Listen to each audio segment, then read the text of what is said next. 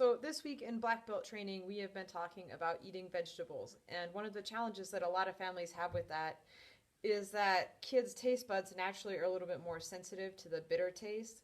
And so as a result, since most vegetables are bitter, they don't like them as much.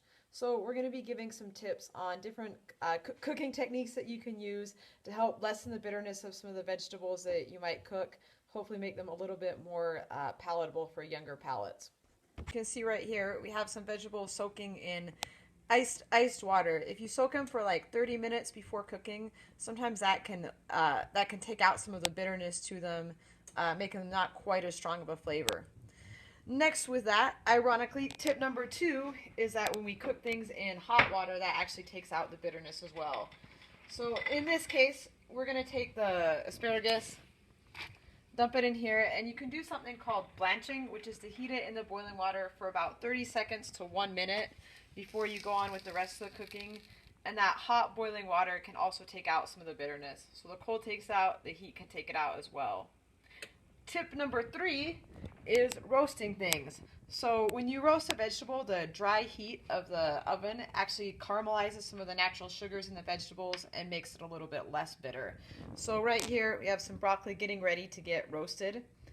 Tip number 4 is going to be that salt and fat actually can both counteract a bitter taste. So before we roast the broccoli, we're going to put a little bit of olive oil, salt. If you like it, you can put in like garlic and pepper. That doesn't really take out the bitter taste as much, but sometimes it tastes good. So you can kind of mix that up. And a lot of people sometimes are concerned about like getting fat or salt in their food, but really vegetables are pretty healthy. They're pretty low calorie. A little bit of salt from these things isn't gonna hurt it too much. And then once it's pretty evenly coated with the oil, the garlic, and the salt, just stick it in the oven. The tip number 5 is that a lot of times the baby variety of vegetables is a little bit less bitter than the normal ones. So like right here you see we've got baby squash. They have it in little bags at like Costco or Harmon's.